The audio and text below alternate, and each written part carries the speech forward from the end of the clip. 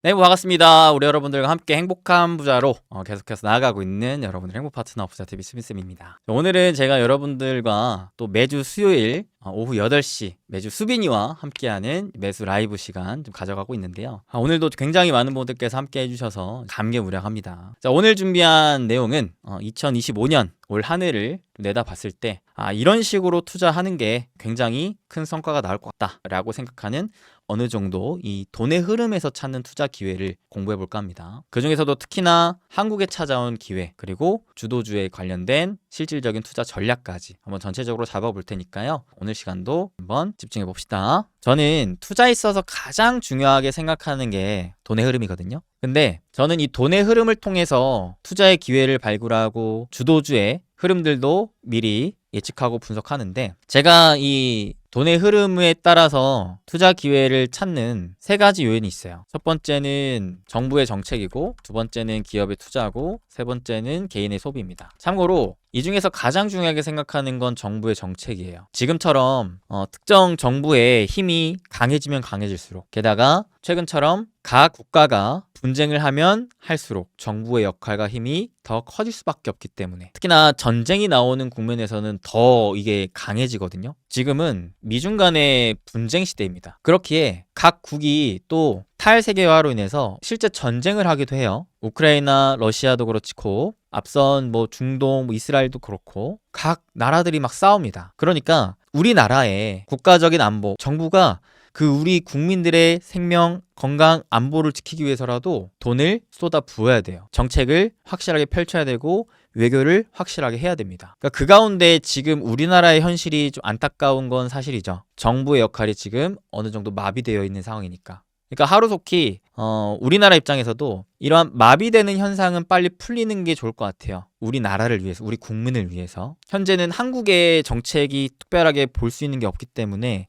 미국의 현재 대통령인 트럼프의 정책을 꼭 중요시 봐야 된다라고 생각합니다. 더욱더 강력해진 아메리카 퍼스트. 트럼프가 원하는 건 미국의 패권이다. 그럼 그 미국의 패권을 잡기 위해 트럼프가 뭘 하는지를 우리는 계속 주목할 필요가 있을 것 같아요. 그 가운데 한국 입장에서는 위기도 나오고 기회도 나올 테니까. 트럼프가 미국의 패권을 잡기 위해서 무역 정책을 변화시킵니다. 그러면서 자국의 제조업 경쟁력을 높이려고 하고 있어요. 가장 큰 건 미국을 과거처럼 제조 강국으로 만들려고 하는 강력한 의지 표명이라고 저는 보고 있고요. 그를 하기 위해서라도 기업의 감세, 그 다음에 관세 인상, 자국의 기업들에게는 세금을 깎아주고 다른 나라 기업들에게는 세금을 더 부과하는 이런 움직임을 보여주는 것이죠. 그러면서 더더욱이 미국의 힘을 강하게 만들려고 하는 상황이라고 보시면 될 것 같습니다. 미국 우선주의로 인해서 가장 지금 키우려고 하는 게 제조업을 다시 한번 부흥시키려고 합니다. 근데 문제가 있죠.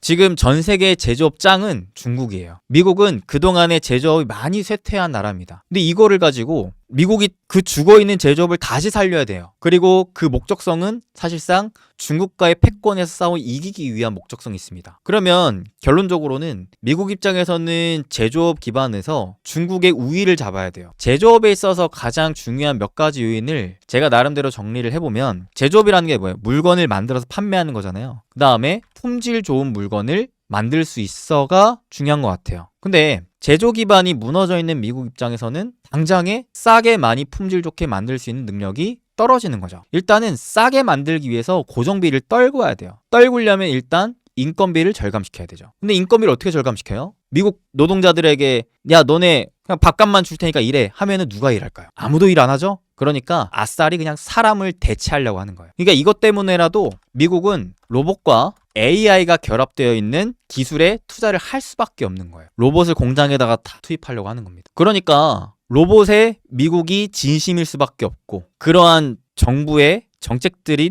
계속 펼쳐지면서 로봇 AI 산업을 밀어주니까 기업들이 다 뛰어들고 있는 거죠. 엔비디아, 테슬라, 오픈 AI 등등의 다수의 돈 많은 빅테크 기업들이 그 돈줄기를 본 거죠. 그러니까 돈의 흐름이 이쪽으로 쫙 몰리는 거죠. 이게 되게 핵심이에요. 제가 로봇을 장기적으로 보는 큰 이유 중에 하나입니다. 그 다음에 관세를 매기는 이유 중에 또 미국이 계속 상대국에게 손해를 보고 있으니까 손해보지 않게 한다라는 거예요. 그리고 그 관세라는 무기를 본인들이 원하는 또 다른 카드를 얻기 위해서라도 쓰고 있죠. 관세는 트럼프가 참 좋아하는 무기입니다. 미국의 내수 시장이 워낙 크다 보니까 다른 국가들 입장에서는 미국이라는 큰 시장을 잃어버릴 수가 없거든요. 놓칠 수 없거든요. 그러니까 이제 관세로 인해서 다른 나라와의 그 외교적인 협상을 정말 잘 하고 있는 게 이제 트럼프이기 때문에 우리는 지금 트럼프가 이렇게 큰 흐름에 있어서 미국 우선주의로 인해 제조업을 부흥시키려고 하고 있고 관세를 매기려고 하고 있구나. 그리고 또 하나, 관세를 매기려고 하다 보니까 물가를 좀 진정시켜야겠다. 진정시키기 위해서라도 에너지 가격을 떨궈야겠다.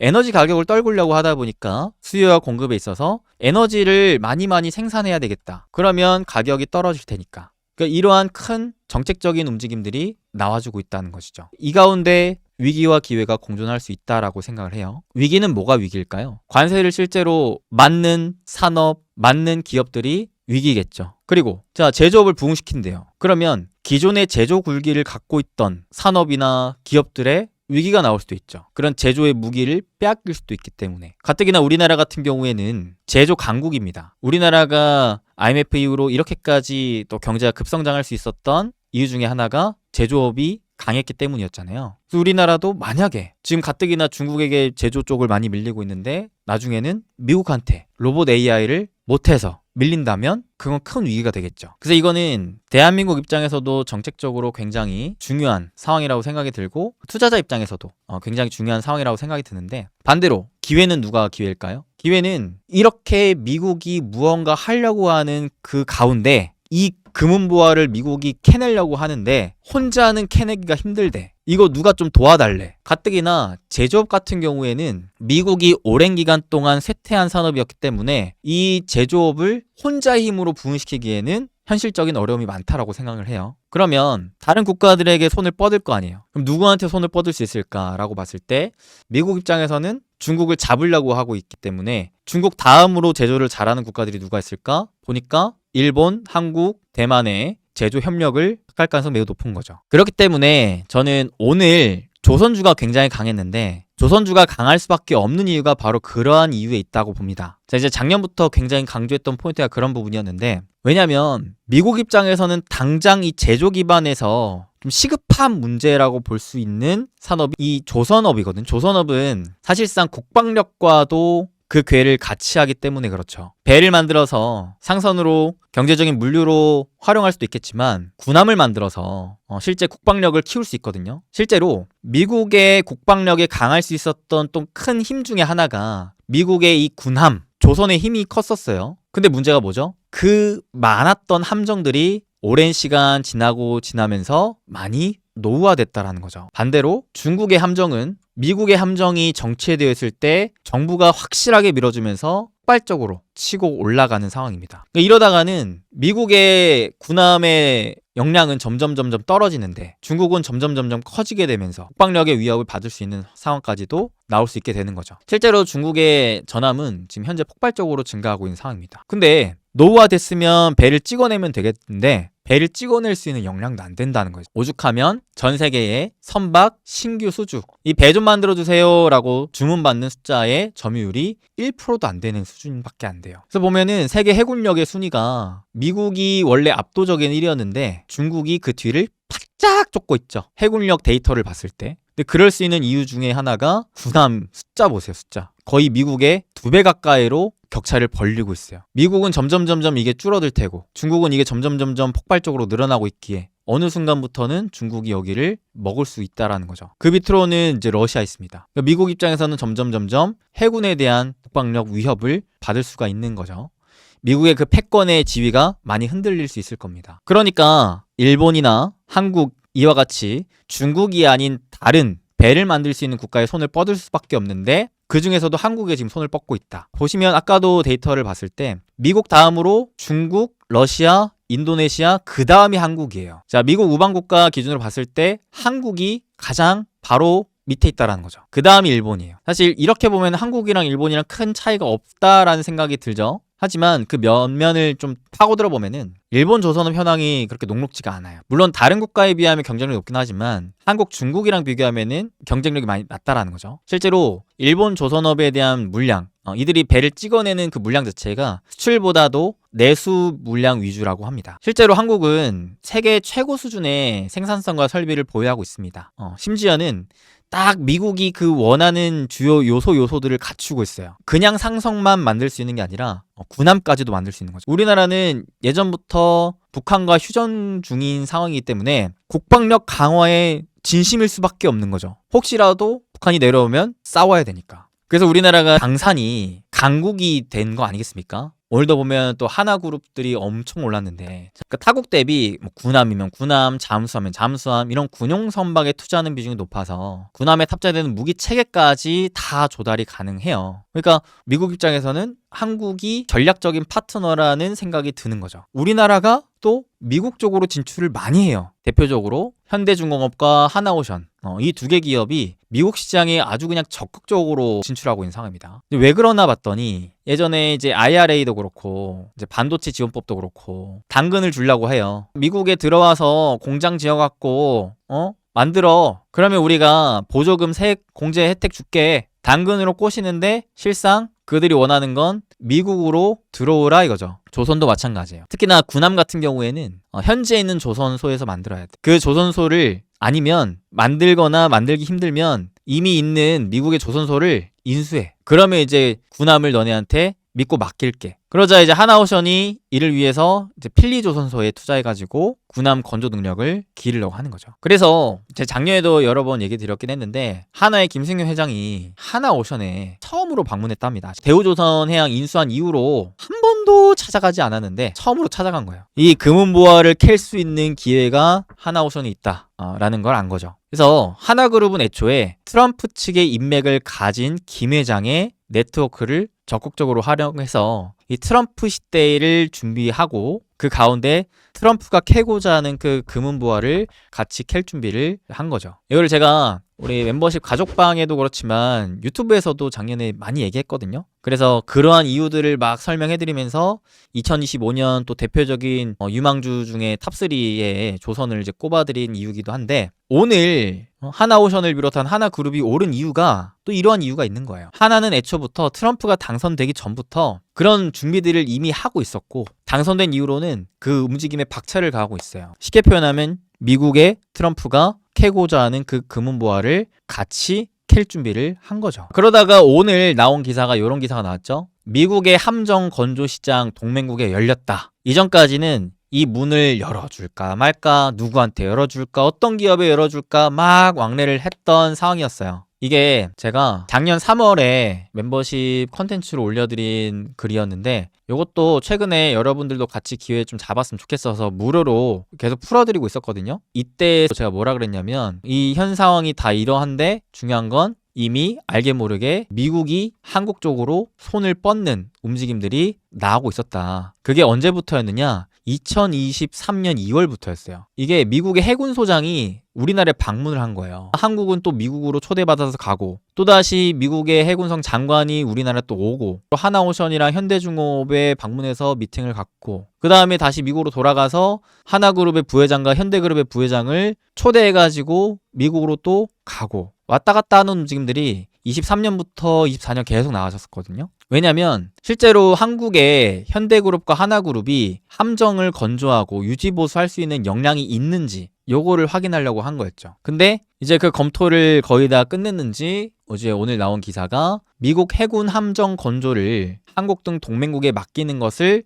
허용하는 법안이 미국 의회에서 발의된 거죠. 이제는 미국 자체적으로 배를 건조하는 게 아니라 이제 동맹국에 맡긴다라는 거죠. 그리고 요게 이제 실질적인 조선업에 있어서 기회가 되는 것이고 그게 실체화가 되면서 중장기적으로 한국 조선업에 있는 주요 기업들이 돈을 벌 수 있는 이제 흐름들이 나올 수 있겠다라고 생각을 하게 되는 거죠. 실제로 이제 작년에 하나오션의 또 MRO도 미국 쪽으로 수주를 받은 상황에 있었고 그러다 보니까 오늘 주식시장에서도 HD 현대중공업이 또다시 급등을 한 모습을 보여줬습니다. 그래서 23년에는 이러한 움직임들이 실제로 막 물밑에서 나오고 있었지만 주식시장에서 큰 반응이 나오진 않았었어요. 근데 저는 23년부터 조선업을 굉장히 좋게 봤었거든요. 그때 이제 제가 들었던 생각이 뭐냐면 사람들은 아직 모르고 물음표를 띄고 있기 때문에 이게 느낌표로 바뀌는 데까지 좀 시간이 걸리겠다. 사람들이 다 아는 데까지 시간이 걸리겠다. 오히려 그렇게 좀 차근차근히 바닥에서 모아가다가 나중에 수익을 키워가면 좋겠다라는 생각을 했고, 그 중에 하나가 많은 분들이 좀 우려했던 게 실적이었단 말이에요. 실적. 조선이 실적이 안 나오니까 돈도 못 버는데 어떻게 투자해? 라는 생각이 2023년까지도 있었다라는 거죠. 근데 그 흐름들이 점진적으로 실적이 회복되고 흑자 전환하고, 심지어는 작년에 실적이 뛰면서 트럼프의 그 딱 전화 한마디에 이거 뭔가 있다 라는 생각을 하면서부터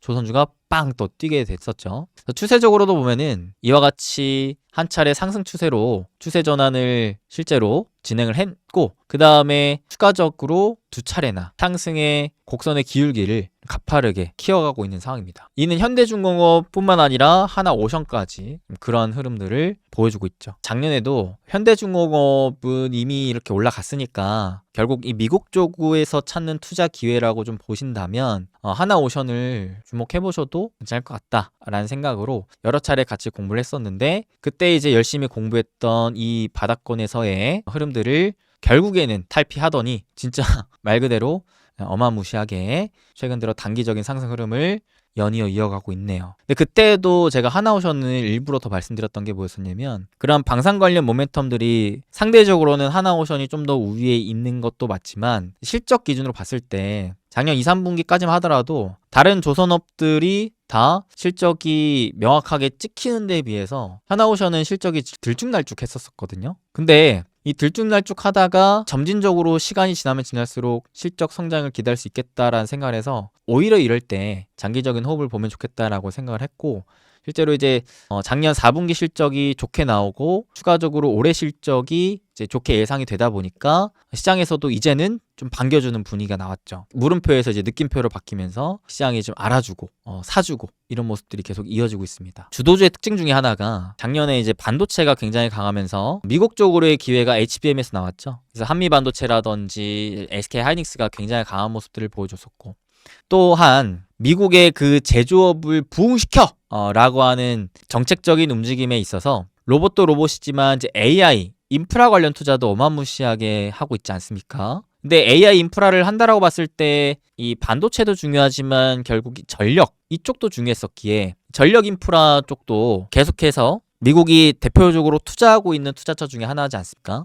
왜냐하면 그 또한 너무나 오랜 기간 노후화가 되어 있었거든요. 이 노후화된 것들을 다 이제 교체하고 새롭게 또 AI 시대에 맞춰서 전력도 많이 필요하니까 더 신규 투자도 하고, 그러다 보니 우리나라에도 기회가 생겼죠. 그때 당시 전력기기 대표적인 HD 현대일렉트릭을 보시면 기가 막힙니다. 현대일렉트릭도 제가 이제 멤버십 서비스에서 2023년 7월 11일 이때 이제 탈세계화 수혜주로 전력 인프라 관련주를 분석글을 올려드렸었는데, 지금 이것도 마찬가지였어요. 중국을 견제하기 위해 미국이 투자를 해야 되는데 미국의 지금 현재 움직임들을 봤을 때 너무나 노후화가 되어 있는 이런 전력 설비 부품들을 많이 다 교체해야 된다. 근데 교체했다고 봤을 때 자체적으로 혼자 하기 힘드니까 다른 나라의 도움 필요한데, 그때 때마침 한국의 반도체뿐만 아니라 이 전력 설비 부품의 수출액이 많이 늘어났었던 거죠. 그래서 이때도 보면은 HD 현대일렉트릭을 같이 공부했는데, 이게 HD 현대일렉트릭이 72,000원 할 때였거든요. 이때 보면은 너무 많이 올랐다라고 생각이 들죠. 차트만 보면 못 사요. 너무 많이 올랐다는 생각이 들어요. 근데 그랬던 HD 일렉트릭이 지금 그 7만원대가 언제였었냐면은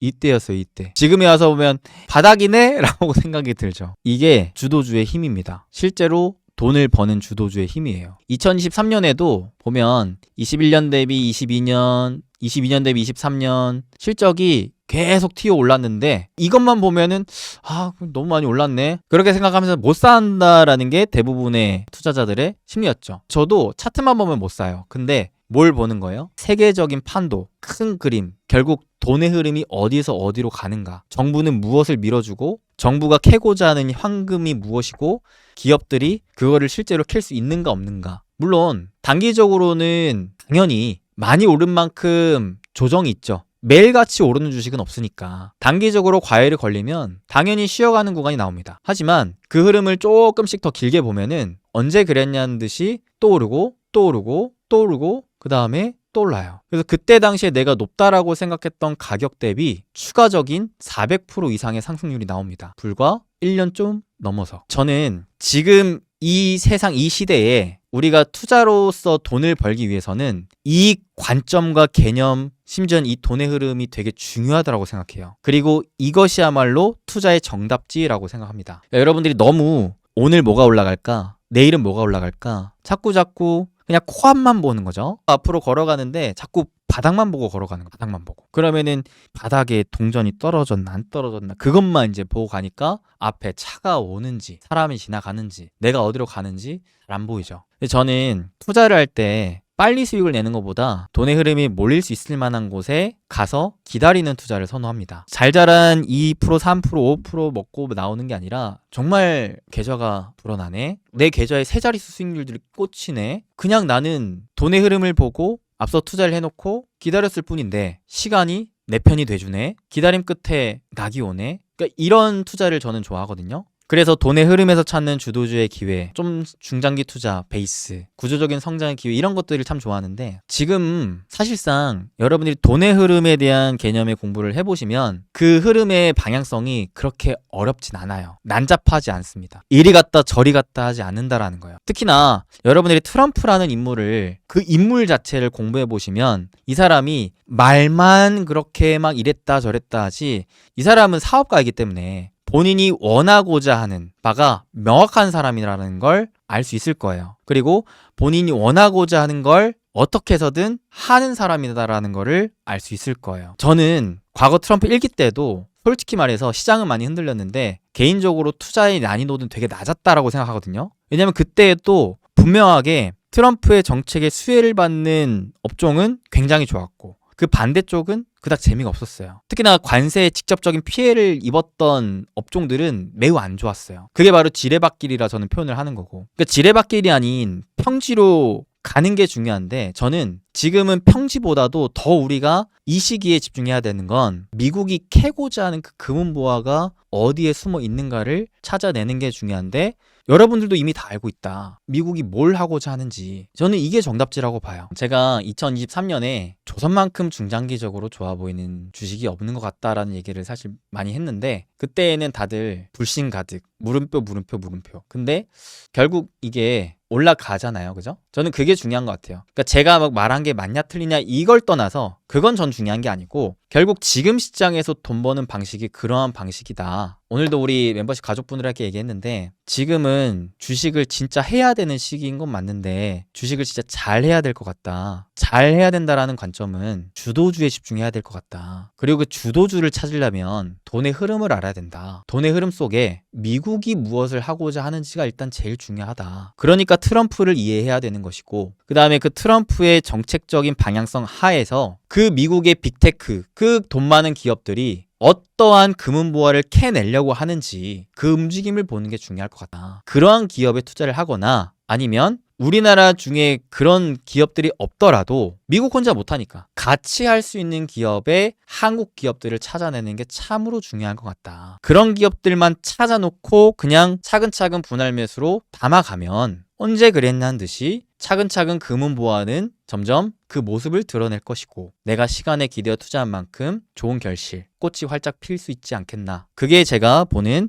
2025년 핵심 투자 전략이자 제가 보는 올해의 투자 정답지라고 생각합니다. 물론 제 생각이 틀릴 수도 있어요. 다만 저는 이에 대한 확신이 있습니다. 그만큼 치열하게 공부하고 분석했거든요. 돈의 흐름에 따른 시장의 관점에서. 시장이 나보다 똑똑하다라는 기본적인 바탕을 깔고 시장을 계속해서 봐온 결과 제가 내린 결론입니다. 그래서 로봇 AI만큼은 내 포트폴리오에 없으면 안 된다라는 생각을 해요. 단순히 수미쌤 로봇주가 10% 올랐고 5% 떨어졌고 또 10% 올랐고 10% 떨어졌어요. 이게 중요한 게 아니다. 만약에 여러분들께서 AI를 또 조선을 혹시라도 그렇게 보셨다면 지금 조선을 들고 있을 수 없다. 조선으로 세 자릿수 수익률을 기록하고 있을 수 없다. 저는 로봇 AI 중에서 충분히 그런 기회들이 질비할 거라고 봐요. 왜냐하면 미국 입장에서 가장 주목할 기술이니까. 또한 로봇은 미국 혼자 못해요. 제가 수많은 로봇 기업들 탐방도 가고 전시회도 가봤지만 제조업에 대한 이해가 필요해요. 사람을 로봇으로 대체하고 싶어요. 그러면 최소한 로봇한테 이 사람이 하던 일을 너가 해 라고 시켜야 될 거 아니야. 지시를 해야 될 거 아니야. 근데 미국은 로봇한테 뭘 시켜야 될지 몰라요. 제조업이 다 쇠퇴했는데 그 인력이 없어요. 그래서 사실 중국이 로봇을 가장 잘할 수 있는 이유이기도 해요. 제조 강국이니까. 그걸 너무 잘 아니까. 거기다가 돈을 다 쏟아붓고 있으니까. 근데 우리나라도 은근히 로봇에게 안 밀리는 이유 중에 하나가 그런 이유가 있는 거예요. 우리나라도 제조 강국이기 때문에 제조 기반한 업력과 역량을 토대로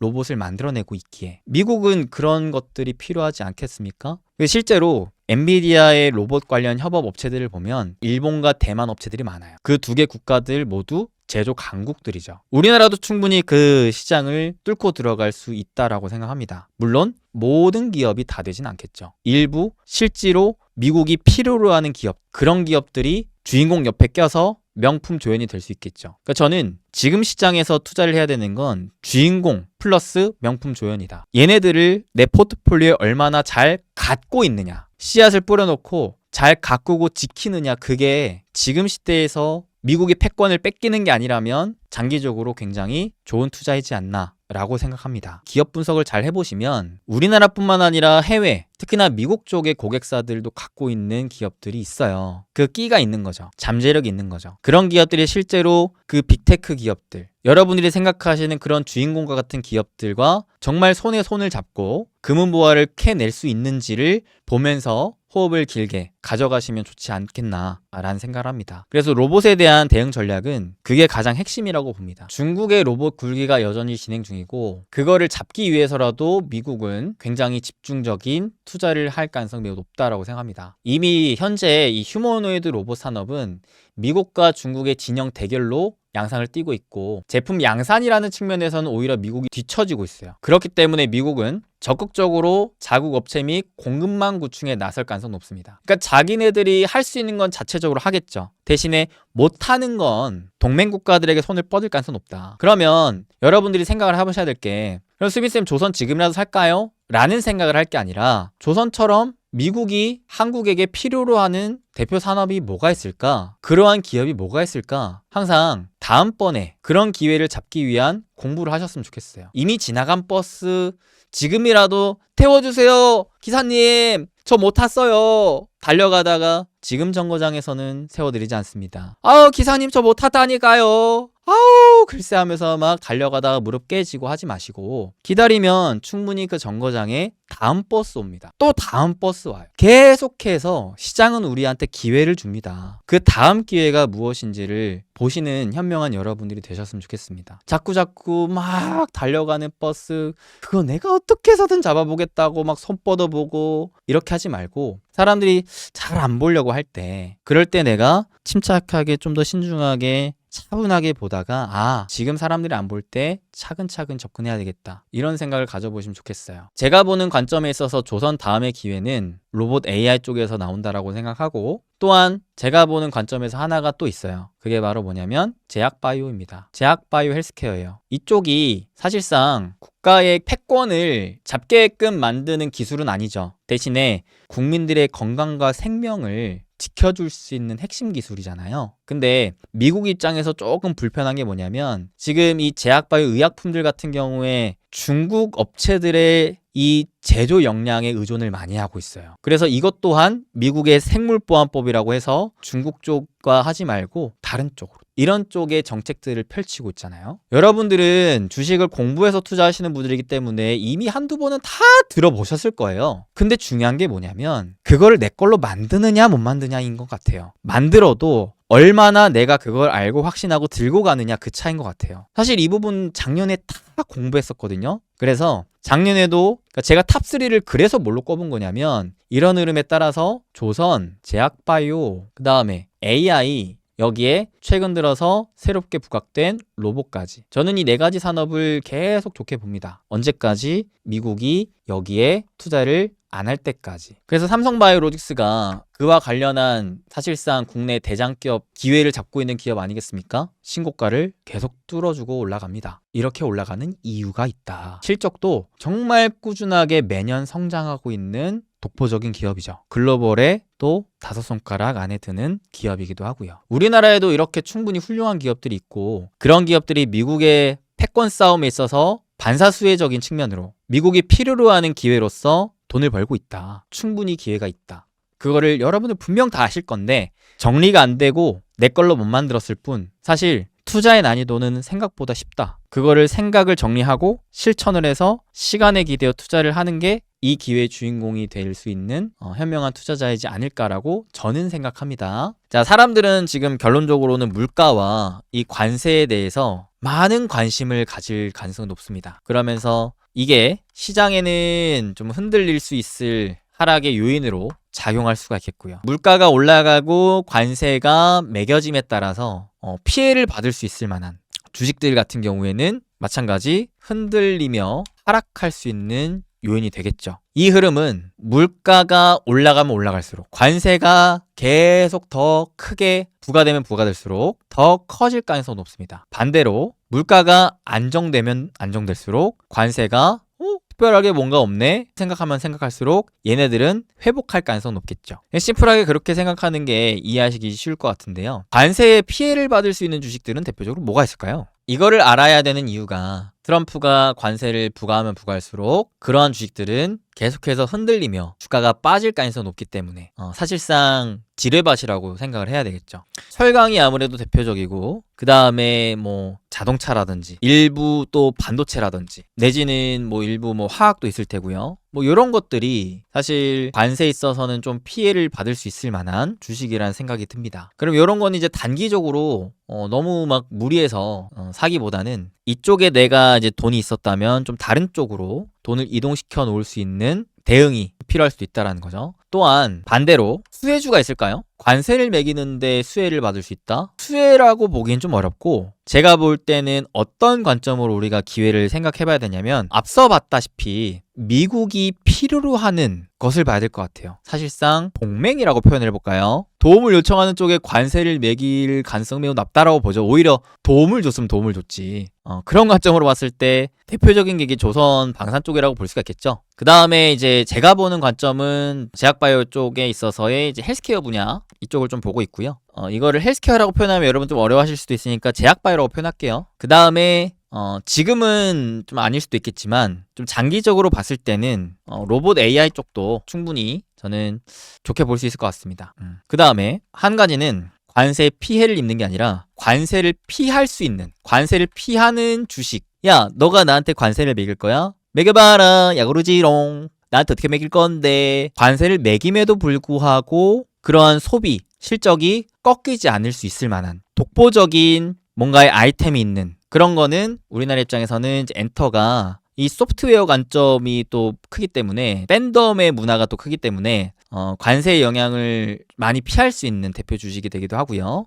그 다음에 제가 예전에 이러한 자료들을 몇 번 보여드렸던 적이 있었는데 요거는 제가 우리 멤버십 가족분들과도 2월 핵심 투자 전략 같이 공부할 때 보여드렸던 자료인데요. 주식은 앞으로 올라갈 거 싸게 사면 좋죠? 그래서 자 관세 영향을 덜 받으면서 가격적인 메리트, 즉 싸다라는 메리트가 있고 또 수익성 개선, 수익성이 개선된다라는 건 앞으로 돈을 더 많이 벌 것 같으라는 거죠. 요 3박자가 고루 딱딱딱 갖춰져 있는 대표 주식이 뭐냐? 소프트웨어다, 소프트웨어. 국내 소프트웨어의 PBR 관점으로 본다면 근 3년간의 바닥권에 위치하고 있다. 그 다음에 ROE도 보니까 작년 대비 올해 증가하더라. 최근 또 2년 연속 상승하면서 8%에 육박하더라. 그걸 예상한다. 근데 지금 소프트웨어 관점에서 우리가 좀 명확하게 짚고 넘어가야 될 게 AI와 결합되지 않은 건 점점 쇠퇴할 수 있기 때문에 AI와 결합된 게 중요하다고 봅니다. 그 다음에 마지막 뭐도 있냐? 관세 영향 덜 받고 가격적인 메리트가 있으며 수익성 개선을 기대할 수 있는 게 제약바이오도 있습니다. 국내 이제 건강관리 좀 헬스케어 쪽 보면 PBR 기준으로 연간 평균치를 놓고 봤을 때 그리 높은 수준이 아니다. 또한 작년 대비 올해 보니까 와우 ROE가 9% 가까이 전망이 되고 있죠. 그래서 정리를 해보니까 아하 엔터 AI 소프트웨어 제약바이오 쪽이 관세를 피할 수 있겠구나. 저는 어떤 식의 투자를 선호하냐면 내가 공부를 해보니까 지금 A도 좋고 B도 좋네. 그럴 때 저는 여기에 겹쳐있는 둘 다 좋을 수 있는 C를 찾는 걸 좋아하고 C에 투자하는 걸 좋아해요. 그랬을 때 누가 겹치죠? 제약바이오 그 다음에 AI가 겹치네요. AI 특히나 이 소프트웨어 쪽으로는 관세를 매기가 좀 애매해요. 관세는 특정 또 상품화가 되는 이 제품에 매길 수가 있고 물류로 왔다 갔다 하는 제품에 또 부과하는 경우가 많기 때문에 또 제약바이오는 국민의 건강을 지키기 위한 수단이기 때문에 거기에다가 세금을 부과하는 건 복지적인 차원에서도 쉽지 않습니다. 이걸 하나로 합치니까 저는 의료 AI가 떠오르더라고요. 제약바이오의 AI를 결합시킨 형태인 거죠. 그래서 제가 의료 AI를 단기적뿐만 아니라 좀 중장기적으로도 좋게 보는데 이거는 이제 관세의 이유이기도 해요. 관세를 요리조리 쑥쑥쑥쑥 피할 수 있다라는 거. 그 다음에 의료 AI를 또 제가 좋게 보는 이유가 저는 투자의 기회에 있어서 주도주를 공략하는 걸 좋아하는데 주도주를 찾기 위해 돈의 흐름을 보는 걸 좋아한다라고 했죠. 돈의 흐름을 볼 때 정부의 정책도 보지만 자 우리가 정부의 정책에서 트럼프 정책에 따른 관세를 받고 이 관세에 피해를 입을 수 있을 만한 주식은 피하고 수혜를 입거나 혹은 피해를 안 입을 수 있을 만한 즉 평지 내지는 어느 정도 금은보화가 걸려있는 쪽으로 집중하는 게 좋다라고 봤을 때 이에 대한 슉슉슉슉 피할 수 있는 게 의료 AI 쪽이라는 생각이 드는 거거든요. 이거를 확장시키면 제약바이오와 AI, 소프트웨어 그 다음에 하나만 더 하자면 뭐 엔터 정도 그리고 조선은 이미 조선의 왕위로구나가 되어버린 상황이고요. 나중에는 이제 로봇도 그렇게 될 것 같다라고 생각하는데 암튼 당장 눈에 보이는 건 의료 AI라고 봤을 때 이게 과연 기업들도 그렇게 투자를 하고 있을까를 보는 걸 좋아해요. 이 또한 저는 돈의 흐름 관점에서 교집합이 되길 바라니까 정부가 밀어준다고 끝나는 게 아니라 기업들도 투자를 하면 그 기회가 더 클 거라는 거죠. 기업들이 그 금은보화를 캐내려고 하느냐 그러면 같이 캐내는 기업을 찾아봐야 된다라는 얘기를 드려보려고 하는 거예요. 자, 그랬을 때 제가 주목했던 포인트가 뭐였었냐면 지금 현재 미국에서 겁나 돈 많은 빅테크 기업들이 이 의료 AI 관련 프로젝트를 하고 있다라는 것이었고요. 그 다음에 빅테크 하면 또 빼놓을 수 없는 엔비디아 또한 자율주행 로봇 다음으로 이 피지컬 AI 시대에 있어서 이 건강관리 쪽도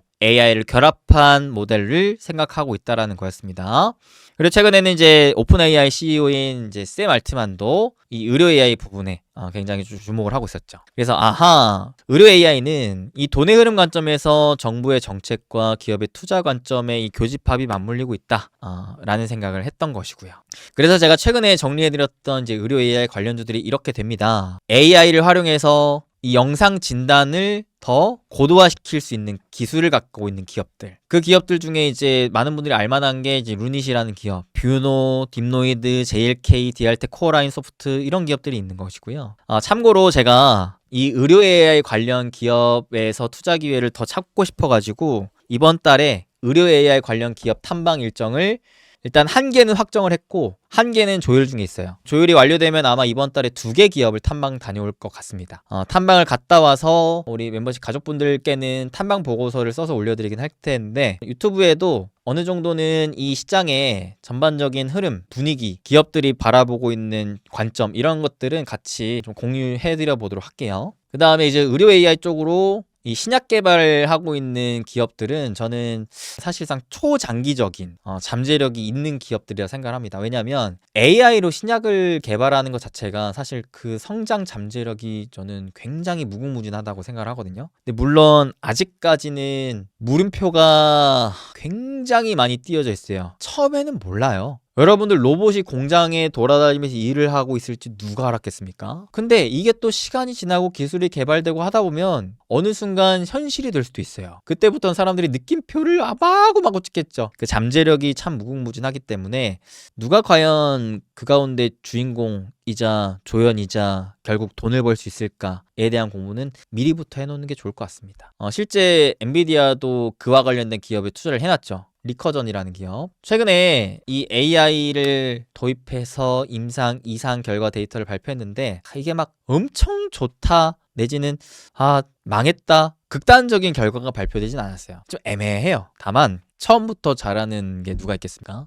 테슬라조차도 자율주행을 한다. 근데 계속 테스트하다가 실패하고. 근데 이제 어느덧 테슬라도 올해에는 진짜 자율주행을 볼 수 있을 것 같다 라는 식으로까지 얘기할 정도거든요. 그럼 만약에 진짜 테슬라가 완전 자율주행을 시장에 선보이고 그게 팔리면 그게 또 세상을 바꿀 수 있고 또 그러한 기술력을 바탕으로 로봇에도 도입을 할 수 있는 거고, 그게 이제 테슬라의 비전이라고 볼 수 있는 건데, 단순히 테슬라와 빅테크 기업들만 그렇게 바라볼 게 아니라 아직 시장에서 관심이 없고 이게 되겠어? 라고 생각할 수 있을 만한 주요 시장, 산업들을 아직 모를 때 미리부터 차근차근히 공부해 놓을 필요는 있을 것 같아요. 그래서 이런 유전체 분석도, 또 체외 진단 이런 것도 어떤 관점이냐면, 사람들의 그 맞춤형 진단을 하기 위한 빅데이터 관점이라고 보시면 되세요. 그러니까 예를 들어 3빌리언 같은 기업도 이 유전 질환 분석 플랫폼을 통해서 유전체를 분석하는 거죠. 그래서 희귀 질환 그 진단 시장 자체를 타겟하는 거고, 예를 들어 노을이라는 기업도 보면은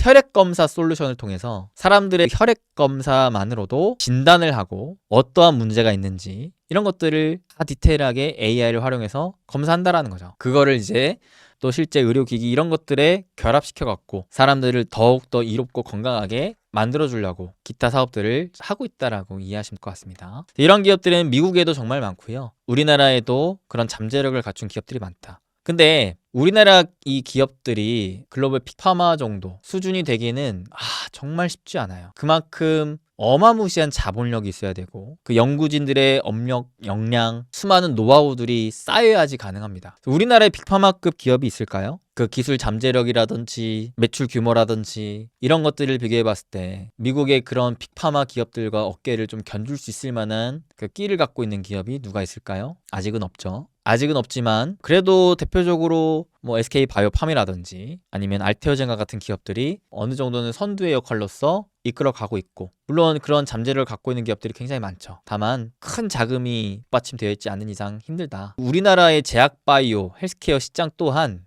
저는 자체적으로 가기보다는 결국 미국과 함께 가야 된다라고 봅니다. 실제 최근 들어서도 이 제약바이오 쪽에 관련 기업들의 주가 움직임들이 빵빵 뛰는 것도 보면 결국 미국의 빅파마와 같이 가거든요. 짝꿍이 돼서 같이 간단 말이에요. 기술 이전을 한다든지 혹은 M&A를 할 수도 있어요. 지금은 빅파마들이 실제 특허 만료를 계속 앞두고 있는 상황이기 때문에 기술에 계속해서 투자를 할 수밖에 없는 상황이거든요. 그러면 우리나라 기업들 중에 그 미국 빅파마들이 또는 빅테크들이 하고자 하는 그 기술을 갖고 있는 기업이라면 짝꿍이 되어 성장할 수 있겠다. 그런 관점으로 생각을 해봤을 때 이 의료 AI 쪽도 저는 누가 미국에서 잘할까? 누가 미국의 파트너십이 꽤나 있을까? 혹은 제일 좋은 건 빅파마 또는 빅테크들과의 그 관계십이 있을까? 이런 게 참 중요하다고 생각합니다. 그게 결국 오늘 제가 여러분들에게 전해드리고 싶은 핵심 메시지예요. 우리가 지금 돈을 벌기 위해서는 미국을 봐야 된다. 미국. 2023년에 주도주가 뭐였는지 기억나세요? 2년 전에 시장의 주도주는 누가 뭐라 해도 사실상 2차전지였죠. 그때 강했던 이유는 상승의 요인을 다들 IRA라고 얘기했습니다. IRA 법안이 뭔데요? 미국이 전기차가 필요하대요. 중국이 전기차를 먹을 것 같으니 미국이 자체적으로 전기차를 마구마구 생산하려고 한대요. 근데 전기차를 생산하려고 하다 보니까 2차 전지가 많이 필요하대요. 2차 전지가 필요한데 2차 전지를 중국이 지금 많이 갖고 있네? 이러다가 중국한테 자동차 시장 뺏기겠다. 우방 국가들아, 미국으로 와서 공장 지어 차 만드는데 지원해줘. 미국이 전기차 앞으로 엄청나게 많이 만들 거야. 그 가운데 주요 핵심 부품 소재들 미국에서 조달할 수 있게끔 미국의 공장 지어. 우리가 보조금 줄게, 세액공제 혜택 줄게. 즉 동맹 맺자잖아요. 그게 기회였어요. 근데 2차 전지가 왜 못 오르냐? 이거 기대하고 들어갔는데 정권이 바뀌면서 이거 안 한다.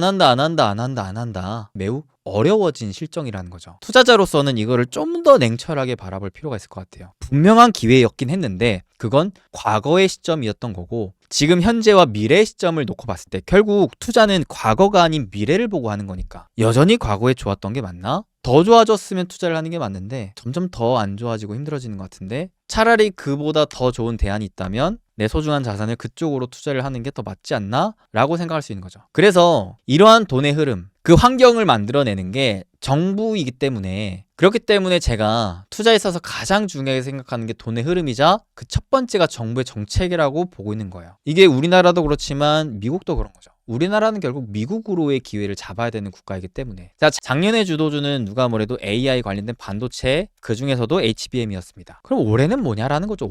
올해도 비슷한 관점으로 여러분들이 생각해 보시면 생각보다 그렇게 투자의 난이도가 높진 않을 수 있다. 미국이 한국에게 뭘 필요로 하는가? 당장 누가 뭐래도 조금만 공부하면 알 수 있는 정답은 나왔죠. 조선. 그러니까 조선이 강할 수밖에 없는 것이고, 우리는 이거를 여러분들이 만약에 못 샀다면 플러스 알파 새로운 기회가 뭐가 있을까를 찾아봐야 되는데, 그것에 대한 힌트는 미국이 한국에게 뭘 필요하는가에서 나올 가능성이 매우 높다라고 저는 보는 거고, 그 관점에서 위에서 봤다시피 로봇과 AI가 일단 1차적으로 제가 바라보는 중요한 투자 포인트인 것이고, 둘째로는 오히려 또 이 제약바이오 의료 쪽에서도 나올 수 있을 것이다. 실제로 최근 들어서 미국이 이 기술에 기업뿐만 아니라 정부도 투자하고 있는 부분 중에 하나가 제약바이오거든요. 미국이 그 기술적인 패권을 잡기 위해서 딱 한 가지, 작년에 이어 올해도 정부의 투자 지출을 늘리고 있는 쪽이 있는데, 그게 바로 우주항공입니다. 우주항공 기술에 대한 부분도 계속해서 개발 투자를 밀어주고 있어요. 그리고 지금은 트럼프 시대이죠. 과거 트럼프 1기 때도 우주항공에 되게 진심이었는데, 이번 2기 때는 일론 머스크와의 시너지를 통해서 더 이 우주항공 시장이 커질 수 있을 것 같다는 생각, 그 가운데 한국도 충분히 기회 요인이 있을 것 같다는 생각 갖고 있습니다. 이런 것들은 사람들이 잘 안 보죠. 근데 좀 더 시계열을 길게 놓고 본다면 이 또한 충분히 저는 기회가 있다라는 생각을 하고 있고요. 아까 봤던 제약바이오 중에서도 의료 AI 쪽도 마찬가지. 미국이 주목하고 있는 바이기 때문에 AI 개발해서 뭐 할 거냐라는 거죠. 그걸로 돈 벌어야지. 돈 버는데 미국 입장에서는 일단 1차적으로 중요한 게 제조, 그러니까 로봇. 그 다음에 2차적으로 이걸 만들었는데 또 뭘 할까? 봤더니 제가 직전 영상에서 설명해드렸던 포인트가 뭐가 있었죠? 자율주행. 왜? 중국이 요구한다니까. 중국이 뭐 한대요? BYD라는 기업이 저가형 전기차에도 자율주행을 다 무료로 넣어서 자율주행을 대중화시킨다 그래요. 중국은 기술에 대한 투자로 미국과의 패권 싸움을 자꾸자꾸 하며 미국을 위협하려고 하고 있다. 미국이 그러한 중국의 추격에 가만히 있겠냐라는 거죠. 이미 전기차 시장을 사실상 미국 입장에서는 중국에게 거의 뺏겼다라고 봐야 돼요. 하드웨어 관점에서는. 근데 일론 머스크가 이렇게 얘기합니다. 앞으로 자율주행이 되지 않은 차는 팔리지 않을 것이다. 생각해보면 자동차가 지 맘대로 가요. 그러면 껍데기가 뭔 소용이겠습니까? 편하기만 하면 되지. 그렇게 쌩쌩 운전하는 맛은 중요하지 않아요. 엔진은 중요하진 않다. 결국 소프트웨어가 핵심이다. 그렇기 때문에 테슬라 일론 머스크도 자율주행에 사활을 걸고 있는 것이고, 올해에는 일론 머스크도 진정한 자율주행을 선보일 수 있을 것이다라는 확신을 자꾸 얘기를 하고 있어요. 그 와중에 중국이 이렇게 또 치고 올라고 하는 모습을 보여주니까 트럼프와 일론 머스크가 이걸 가만히 놓고 볼까라는 생각을 저는 해보고 있어요. 그래서 오히려 이 관점, 미국이 AI를 활용한 자율주행도 분명히 집중하면서 투자를 할 가능성이 높다. 근데 이 자율주행도 혼자 할 거냐라는 거죠. 미국은 자동차를, 이 껍데기를 하나부터 열까지 다 만들 수 있는 상황이 아니다. 자동차가 움직이려면 하드웨어와 소프트웨어가 같이 가야 돼요. 그러니까 자율주행 차를 잘 하는 기업들은 나중에 로봇까지도 갈 수 있는 거예요. 이 연계성이 있다 보니까 충분히 자율주행을 공부할 가치가 있고, 그 너머에 로봇까지 바라볼 필요가 있다고 생각을 해요. 이게 좀 더 안정적이면서도 성장성을 엿볼 수 있는 투자가 되지 않을까 싶은데, 자, 우리나라는 소프트웨어 역량이 좀 딸립니다. 대신에 하드웨어 역량이 높죠. 그래서 한국의 자율주행 관련 주요 부품 회사들도 충분히 지금은 전반적인 자동차 시장이 얼어있기 때문에 주가가 바닥권에 있지만, 오히려 2차 전지보다도 앞으로 기대가 되는 건 저는 자동차 시장에서만큼은 오히려 자율주행일 수도 있다. 2차 전지는 지뢰밭이지만 자율주행은 오히려 적각꿀이 흐르는 땅이 될 수 있으니, 지금은 평지인데 충분히 밀어줄 수 있으니, 정부의 정책과 기업들의 투자가 맞물려서 그런 움직임이 한국이 아닌 미국에서 나올 수 있겠으니까 그런 기회를 이제 미국에서 잡을 수 있는 거죠. 또한 아직까지 자율주행 관련 부품 회사들 중에는 이 수출에 대한 부분을 미국도 미국이지만 중국 쪽으로도 이 양쪽으로 돈을 버는 기업들이 많아요. 아직 그에 관련된 규제가 없기 때문에. 그래서 오히려 양쪽으로 좋을 수 있는 거죠. 고래 싸움에 새우등 터지는 게 아니라 고래 싸움에 아이고 니나노 할 수 있는 기업이 우리나라에서 나올 수도 있다는 거죠. 그래서 이제 저번 시간에 그런 기업이 뭐가 있을까 혼자 계속 찾아보다가 몇 개 기업들을 소개해드렸던 것이었고요. 해당 방송 못 보신 분들은 부자TV 유튜브 채널 들어오셔서 조금 내려보시면 수빈쌤의 행보 스케치라는 게 있는데, 여기 지금 로봇 숨겨진 대장주라고 했던 이 영상 보시면 됩니다. 여기 이제 자율주행 관련돼서 제가 좀 더 디테일하게 얘기 드렸으니까 못 보신 분들 내지는 자율주행에 관심 있으신 분들은 요거 한번 보시면서 결국 그 중에서도 어떤 기업들이 뭔가 기회가 있을까 이런 걸 찾아보실 필요가 있을 것 같아요. 그래서 오늘의 핵심, 결국 돈의 흐름에서 투자 기회가 있다라는 것이고, 시장에서는 실제 그 돈의 흐름에 있어서 주도주가 나오고 있다라는 것이고, 돈의 흐름을 읽을 때는 정부의 정책과 기업의 투자가 가장 중요한데, 특히나 미국의 그 패권이 더 강해질 수 있을 만한 시점에서는 그 미국이 뭘 하고자 하는지가 굉장히 중요하다. 걔네가 돈의 흐름을 이쪽으로 저쪽으로 움직이고 있기 때문에. 그래서 결국 미국의 트럼프 대통령이 뭘 하고자 하는지를 우리는 좀 더 자세히 면밀히 살펴볼 필요가 있는 것이고, 그 가운데 위기는 피하고 기회는 잡을 필요가 있겠다. 또한 그 기회를 잡고 싶어 하는 기업들이 있었으니 그 기업들은 미국 기업일 가능성이 높으니 그러한 미국 기업에는 중장기적인 투자를 할 필요가 있는 것이고, 한국 주식에 투자를 하고 싶다면 그러한 미국 기업들과 같이 갈 수 있는 짝꿍을 찾으면 된다. 이러한 개념을 처음에는 이해하기 어렵더라도 조금만 여러분들이 관심을 갖고 찾기 시작하다 보면은 생각보다 그렇게 많지 않다라는 걸 알 수가 있겠고, 투자는 그냥 이 안에서만 하면 될 것 같다라는 확신이 드실 겁니다. 제가 그랬거든요. 그래서 저는 지금 이 시기는 내 포트폴리오가 어느 정도 짜져 있어야 된다고 봐요. 제가 오늘 강조드렸던 대표 산업들이 뭐였죠? 일단 조선, 그리고 로봇, AI, 제약바이오. 근데 생각해보면 이거 제가 지금 얘기하는 게 아니라 이미 작년부터 2025년 핵심 유망 산업 탑3가 뭐냐 했을 때 저는 단연코 이거를 꼭 집었거든요. 근데 여기에 더해서 좀 더 긴 호흡을 보자면 우주항공, 자율주행 이런 것들도 더해질 수 있다라는 거죠. 그 외에 이제 좀 더 파생적으로 AI에서 이렇게 될 수도 있다라는 거고. 그러니까 저는 주식을 지금 그렇게 어렵게 할 필요가 있나? 그냥 이렇게 포트폴리오 짜놓고 기다리면 되는 거 아닌가? 오히려 산업과 기업에 문제가 없는데, 이 돈의 흐름 관점에 문제가 없는데, 바뀐 게 하나도 없는데 여전히 저기에 금은보화가 있는데 중간중간 시장이 그냥 엎치락뒤치락 하면서 흔들리면 그럴 때마다 조금씩 그냥 비중을 채워가면 되는 거 아닌가? 그러다가 내가 생각했던 것보다 갑자기 단기간에 급격히 많이 오르면 조금씩 팔아주고, 얘는 좀 아직 내가 비중을 못 채웠네? 오케이, 얘를 좀 채워가야지. 천천히 차근차근 해나가면 충분히 가능한 게임 아닌가? 라는 생각을 하는 거예요. 그래서 저는 이 생각에 대한 정립을 작년에 끝내놓으니까 너무나 설레고 기대가 되고 재밌어요. 시간이 앞으로 흘러갈 것들이 기대가 됩니다. 내 계좌는 얼마큼 불어나 있을까? 또 나랑 같이 공부하는 우리 가족분들은 얼마나 또 수익을 보실 건가? 얼마나 또 성장해 가실 건가? 기대가 되죠. 여러분들 최근 시장 사실 힘들어 하시는 분들 여전히 많고, 또 분명히 물가 발표로 인해서 또다시 흔들리면 또 힘들어 하시는 분들 많으실 것 같아서 제가 일부러 오늘 정말 좀 작정하고 제가 지금 시장에서 제일 중요하다고 생각하는 투자의 정답지를 원래 그냥 여기 주머니에다가 깊숙이 묻어두고 저랑 같이 공부하고 계시는 우리 멤버십 가족분들하고만 나누려고 했는데, 그러기에는 시장이 너무 힘들고 어려워요.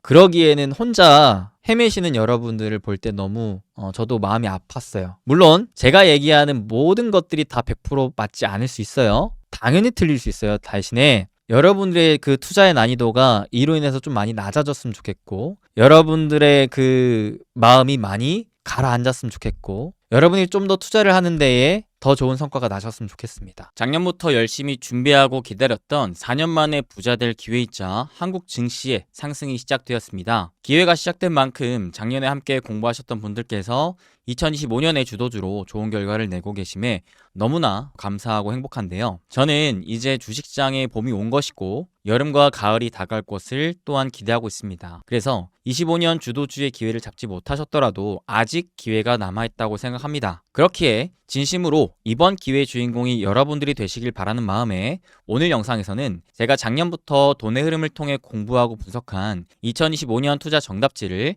저의 분석 방식대로 알려드렸습니다. 물론 주식의 100% 정답은 알 수는 없지만 준비했던 기회의 장세에 따라 공부했던 주도주들이 실제로 강세를 보여주고 있는 만큼 여러분들께서도 오늘 함께 공부한 내용들을 최대한 잘 참고하셔서 부디 이번 기회의 장세의 주인공이 여러분들이 되시길 진심으로 응원하겠습니다. 다시금 수익과 함께 계좌의 긍정적인 변화를 경험하고 계신 분들께 축하드리고, 그렇지 않은 분들께서도 앞으로 더 좋은 결실을 맺으시길 바라겠습니다. 그리고 혹시 혼자 투자하기 어렵거나 힘드신 분들이 계시다면 2025년 주도주의 기회를 저와 함께 좀 더 체계적으로 잡아보고 싶으신 분들은 이번 달 2월까지만 행복 패키지로 새롭게 저와 함께 하실 수 있으시니 관심 있으신 분들은 영상 하단에 고정 댓글과 링크 참고해 주시고요. 참고로 행복 패키지에는 제가 생각하는 2025년 성공투자의 정답지이자 주도주와 함께 핵심 기업들에 대한 심층 분석 및 구체적인 매매 전략, 그리고 저의 투자 노하우가 가득 담겨 있는 강의와 교재까지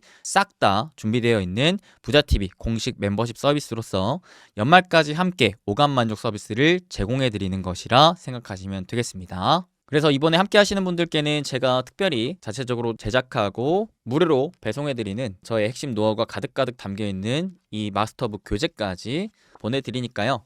관심 있으신 분들은 영상 하단에 있는 고정 댓글 링크 확인해 보시면 되겠습니다. 그럼 오늘 영상은 이만 마치도록 하겠습니다. 여러분들 2025년 꼭 기회의 주인공이 우리 여러분들이 되시길 저는 응원하면서 다음 영상에서도 좋은 정보로 찾아뵙도록 하겠습니다. 항상 건강하시고 행복한 부자 행보 되세요. 뿅.